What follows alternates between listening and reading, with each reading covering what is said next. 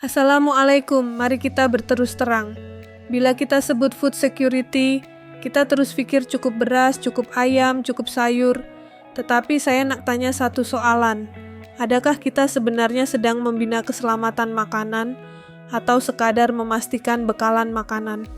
Kalau kita jujur, kita sudah ada sistem, ada ladang, ada bantuan, ada program, ada teknologi. Tetapi kenapa petani masih tidak stabil pendapatan? Kenapa pembaziran masih berlaku? Kenapa harga masih turun naik? Masalahnya bukan sistem, masalahnya kita tiada ekosistem. Sistem itu linear, ekosistem itu hidup. Dalam sistem, kita fokus pada activity. Dalam ekosistem, kita fokus pada aliran nilai. Hari ini, kita bercakap tentang value chain dan value added. Tetapi kita jarang tanya, nilai itu mengalir kemana? Kalau petani tanam, tetapi untung berhenti di tengah, itu bukan value creation, itu value leakage. Dalam ekosistem sebenar, nilai mesti mengalir, berputar, dan kembali kepada rakyat. Baru wujud pekerjaan, pendapatan, dan ketahanan. Sekarang kita masuk satu dimensi yang kita selalu lupa, wakaf.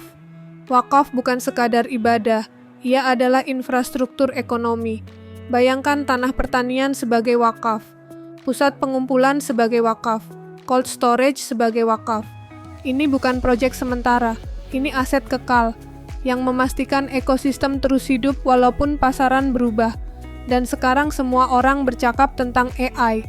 Tetapi realitinya, AI tidak memperbaiki sistem yang rosak.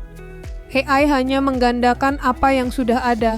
Kalau sistem kita lemah, AI akan percepatkan kelemahan.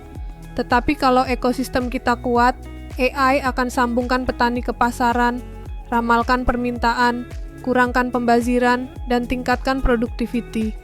AI bukan jawaban, AI adalah pengganda. Jadi persoalannya sekarang, kita nak buat apa? Terus tambah program, atau berani buat perubahan sebenar?